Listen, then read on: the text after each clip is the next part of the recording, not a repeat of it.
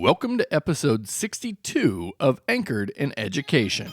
I'm E. Scott England, and Anchored in Education is the podcast dedicated to all things education. Educators across the world routinely engage in conversations surrounding fundamentals, concepts, and new ideas that improve this great profession.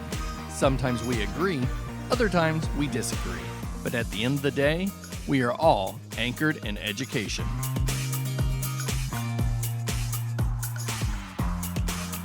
I talk a lot about my first grade teacher, Mrs. Kazel. She is one of the major reasons I became a teacher. And I occasionally mention other teachers, but not to the same degree. I could give positives to every grade I went through, with the exception of one, second grade. For the first part of second grade, I would have been 7 years old. Looking back now, 7 and 8-year-olds should only have positive memories of schools, not only negative ones. Unfortunately, I cannot point to one positive memory of my second grade classroom. And to be fair, but completely truthful, it was solely because of poor teaching. I was in the same school as I had been for kindergarten and first grade. I lived in the same house, in the same town that I had for my entire life. My parents didn't divorce that year, and they didn't have major job changes, and there wasn't any major life changes in our home. No, my environment at home couldn't have been better. My classroom environment, though, needed one major overhaul. But I'm not going to get into that. Instead, I want to focus on what potentially could be considered my saving grace from my second grade year, and that is the school counselor. I can't remember at what point I began visiting the school counselor. It came at the recommendation of the principal who was working with my parents to make my year more successful. I truly looked forward to that one time a week. It was on Tuesdays when I got to go visit with her. And I could go on, but I'd rather let my guest this week talk a little bit more about social workers and school counselors. This week, my guest is Charley Cass. You might remember him from previous appearances on Anchored in Education. To be honest, I could have Charley on every week to learn from his insights on education. I reached out to Charley back in December 2019 to plan our next episode. I asked him to pick the topic. With no hesitation, his reply back had the value of social workers and counselors as number one. The original airing for this was supposed to have been back in March. Then the pandemic hit, and Charley and I agreed to put this episode on hold due to the both of us being extremely busy. By the time we both had availability back in our schedules again, we both realized the relevancy this topic has now that we have been in state-mandated closure and remote learning. We might not have honored school social workers and counselors enough on Anchored in Education, but today we're going to try to change that. Charley, welcome back to Anchored in Education. Hey, thanks for having me back. We're excited to have you. It's been an interesting time for sure. So, hey, before we jump into what we're going to be talking about today, why don't you give us an idea of how your year was going before, let's say, everything broke loose in March? Anything fun and exciting going on at Central Junior High this year? Well, we were having a great year. We were actually on quite a bit of a roll. We had a couple of new things going this year that kids were excited about. One of those being attendance contests every month. And then, of course, we hit a spot where no one's attending. So, that takes some wind out of your sails. But, it's, you can't predict these things, and there's no manual for what to do. So we just had to adjust course like everybody else. Yeah, no pandemic preparedness in any of your educator training? No, I don't think I had that class at SIU, no. I bet they start putting them in there, though. Yeah. All right, so today we are talking about a role that is found in most of our schools anymore today, but sometimes is overlooked for all they do. And, of course, we're talking social workers and school counselors. Now, I said overlooked, but I'm not trying to be disrespectful. It's just, to me, these support services often do a lot of work behind the scenes that people have no idea is being done. So can you give us an idea of how your district utilizes these positions? Sure. So we have, and with our district, and we're soon hopefully to add more, but we have a regular ed social worker, we have a special ed social worker, and then we partner with Centerstone here in West Frankfort. Okay. So we have a lot of resources at our disposal, and our social workers really honestly do a great job of filling in those spaces that we just can't get to. Sure. Our teachers and administrators are soldiers for kids, and they jump on every problem they can jump on, but we can't do everything, and there's certain areas that we're just not talented in, and our social workers often fill those gaps for us. Absolutely. Now, what about when we've gone to remote learning? What kind of role did your social workers take on? And I mean, is there a lot of things still going on behind scenes that people don't realize they're doing? Well, for one, they're struggling. I mean, they cannot stand to not have that connection with their kids. I talked to a counselor last week and said, I can't get a hold of all my kids. A lot of times these are the most vulnerable students we have. Sure. For a lot of different reasons. And it's, a lot of times during the school year, a weekend we're worried about certain kids. Right. This is way worse. So some of the counselors I've been talking to, that's their biggest hang up is, I'm trying every day to get a hold of this kid and I can't get a hold of him. Can you help me? So that's been, heartbreak has been kind of the new norm. They're able to connect with a lot of their kids, but there's some that they really struggle and they worry about.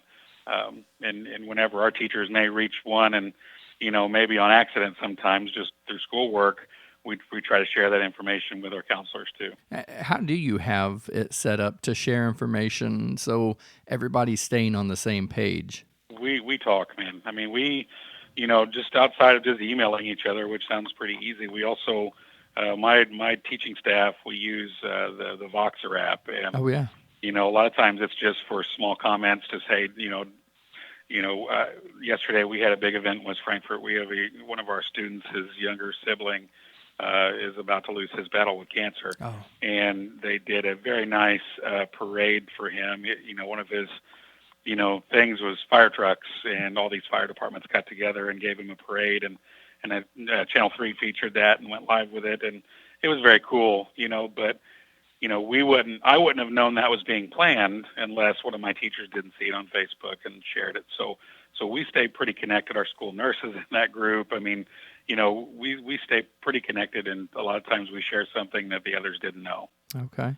Let's talk about student wellness for a minute. So more and more schools are just now becoming aware that students cannot succeed academically if they are being deprived in their most basic needs. So how can we leverage the talents of our social workers and counselors in assisting with student wellness?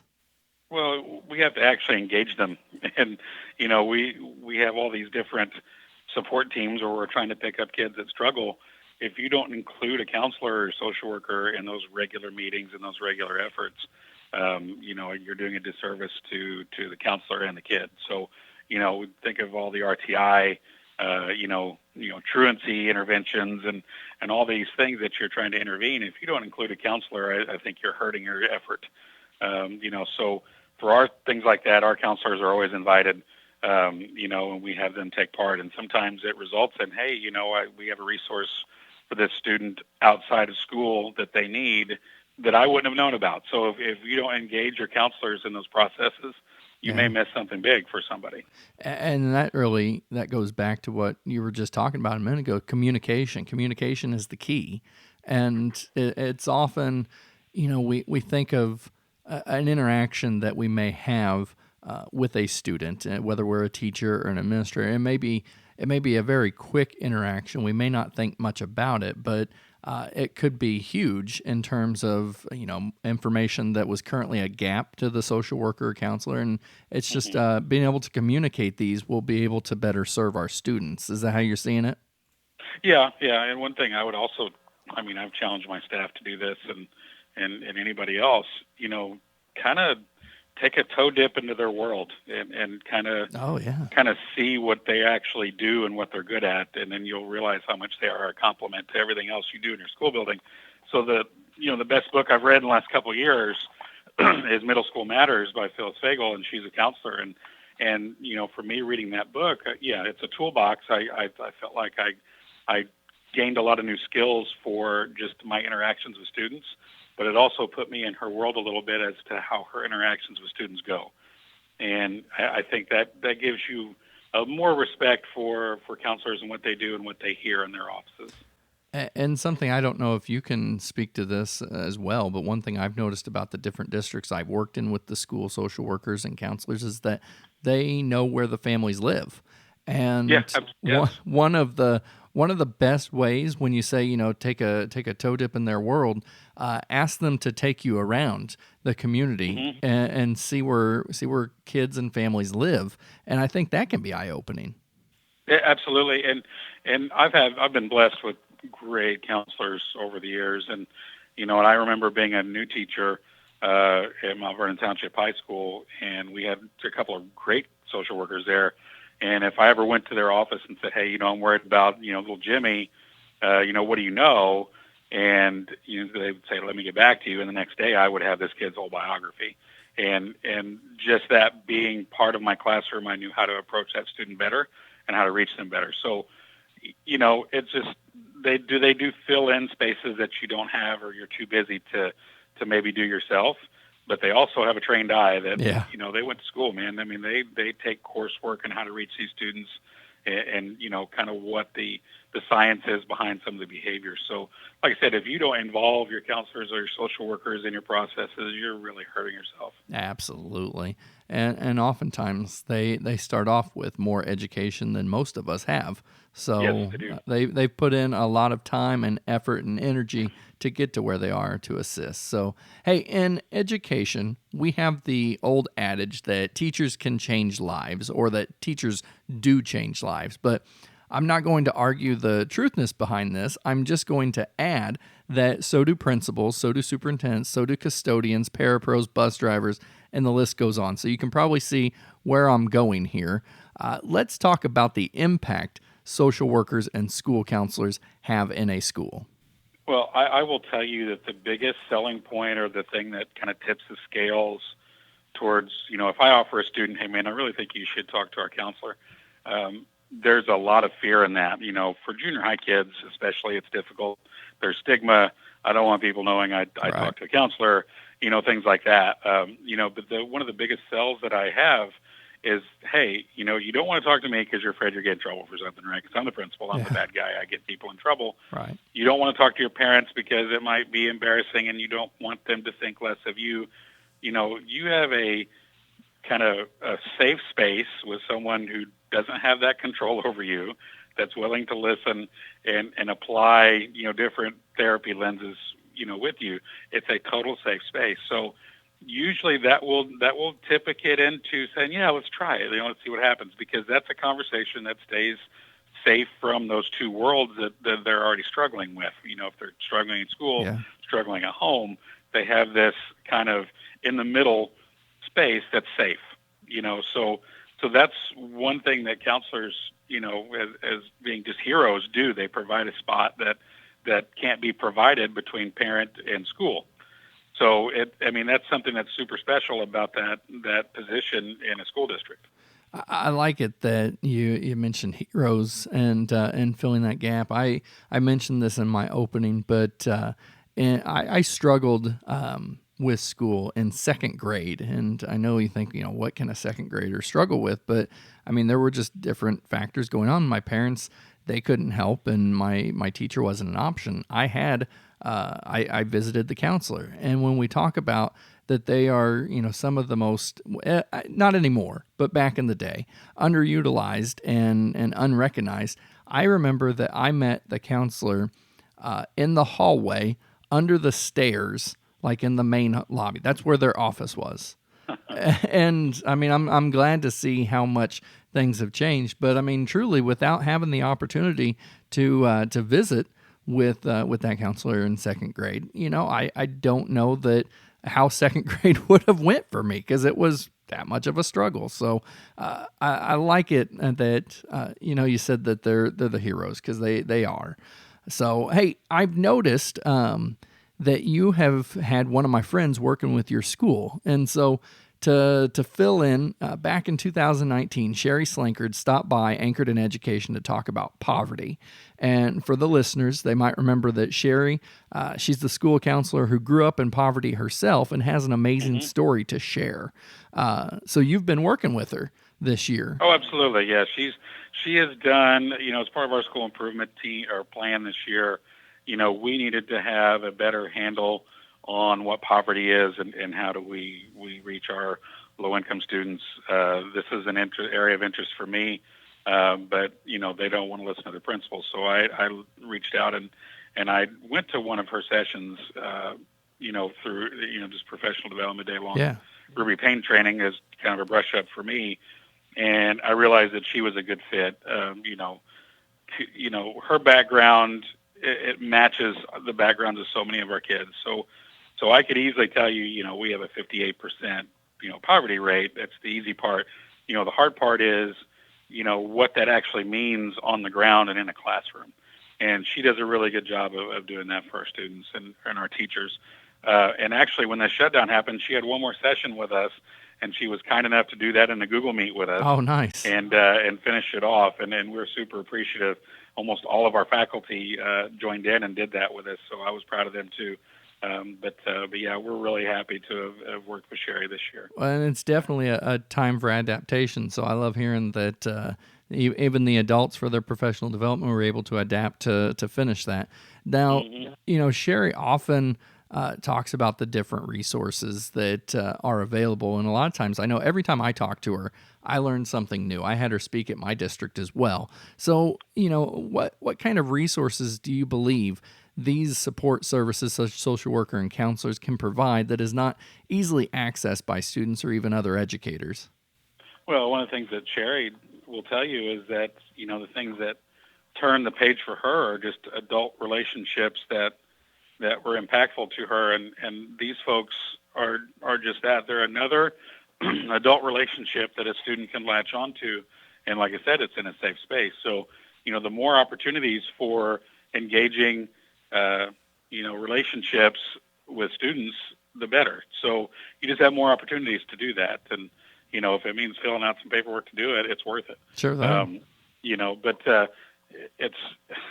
like I said, I've been blessed over the years to have several different awesome counselors, and that's what they've been. They've just been that undying relationship for students, and you just can't deny, students in poverty need that extra relationship, even if it's, just a means to get resources, not just financial resources, but that relationship resource. So yeah, I'm a big Sherry fan, and like I said, I think this is just another chance at a relationship that could change the game for a kid. Sure thing. So, I'm going to transition here, and I hope I don't have a collective eye roll with my listeners, but I've talked about the teacher shortage many times on Anchored in Education. In fact, just a week or so ago, I shared a picture of back in 2013 for PE applications, and there was almost 50. And I was just comparing it to the fact that I had 0 qualified applicants our first round here, and so big change. But let's be honest here. In the specialized areas that we're talking about today, social work, counselor, we're seeing a sharp drop-off in candidates. So what do you feel needs to be done to get more qualified people into our schools? Well, and I saw your picture, and I reminisce because I remember the last time I hired a social studies position, and this was about the same time in a previous school district. I had 150 applicants. Wow. Yeah, so tough to narrow down, to the best one. We did find the best one. He's actually a principal now, and I'm pretty proud of him. He's a good guy. But I thought of that, and when it comes to the shortage stuff, I know there's a lot of ways that the legislature can help, the state board can help. We can change requirements, we can change laws, but I think what the biggest thing for practicing educators should be is we have to show folks how special this work is. Yes. I think that's the biggest draw for people entering the profession. If they don't see it as special, then it doesn't matter how good the requirements are or how much more manageable it is to get credentials to teach. They have to see it as the best thing in the world. And I hate it, but I think this pandemic has shown how special teachers are. Yes. And if that doesn't move you, I don't know what will. Yeah. Well, and you're absolutely right. And it has picked up some momentum as I watch, some of John Krasinski's Some Good News, and he's given educators and just schools in general shout outs left and right. And then Parks and Rec did a special a week or so ago, and they even gave shout out into teaching. So definitely there is becoming an awareness that it's much more than maybe what most remember their schooling as whenever they went through, and it's much more than just thinking that students show up, spend a little bit of time, learn, and go home. We're doing a whole lot more in accessing the whole child. Absolutely. Hey, Charlie, before we go, just like teaching, being a social worker or counselor can come with major stressors. So what we now know as secondary traumatic stress is quite impactful to educators, and I would venture that our social workers and our counselors are on the front lines when it comes to that. So we've talked so much about how they can support us and the educational process and the students. Let's close by talking about what we can do to support them. Listen. I mean, when they speak to you, listen. Because we can't kind of see our counselors and social workers as kind of this, I checked the box that I referred the kid for social work services. We can't treat those folks that way. No. We actually have to listen to what they're saying, engage them in the processes. So, like I said, RTI, truancy, anything that's a support service, they should be on that team and have an active voice. We can't kind of, a lot of times I think that's what a lot of us do. I'm struggling with this kid, so I'm going to check all the boxes to make sure that I can get, this process rolling.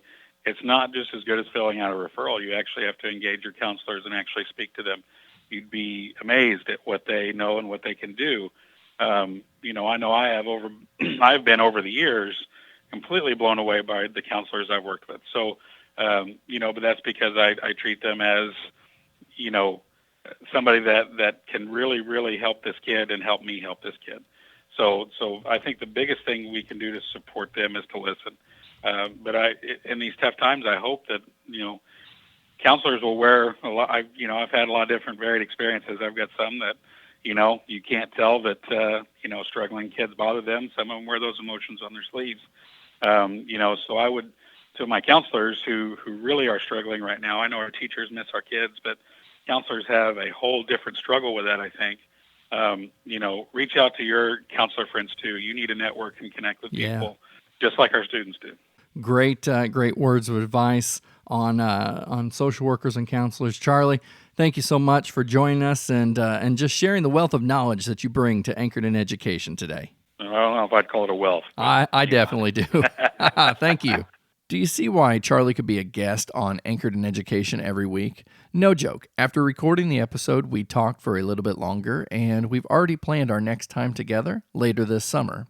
I think I could probably even go on vacation and turn the podcast reins over to him, and Anchored in Education would go on without missing a beat.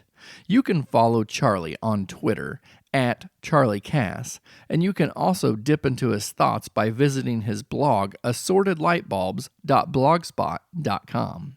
Before I wrap up today's episode, let me remind you to subscribe to Anchored in Education on whatever platform you get your podcasts, and if you could share it out on your social media with your network, that would be appreciated as well. New episodes air every Monday. School social workers and counselors continue to amaze me. They have knowledge and insights into how to best support students and families. As a teacher, a principal, and now a superintendent, I have leaned on social workers and counselors to provide assistance in areas I felt unprepared for. And here's the deal. They impact the lives of students equally or sometimes even more than other educators. Don't believe me? Let's take a quick trip back to my second grade year. It was a counselor that saved me from a meltdown at the age of 8, a meltdown that was driven by my second grade teacher. Sure, she was going through her own personal strifes, but she made sure her students suffered with her. That may seem harsh, but listen.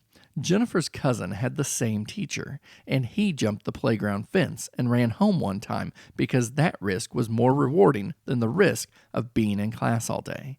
And again, we're talking second grade. Fast forward to my high school era, a counselor told me I needed to focus on vocational because I would never make it in college. Yikes. That most definitely had a profound impact on me. He wasn't trying to insult me, but I suddenly felt inadequate thinking about post-secondary schooling. It's a good lesson in remembering that everything we say has meaning. But he is not the majority. The majority of our social workers and counselors are like the one I had in second grade. Compassionate, caring, understanding, resourceful, knowledgeable, advocating for what's right, helpful, and the list can go on and on. But most importantly, school social workers and counselors, at the end of the day, are all like the rest of us. They are anchored in education.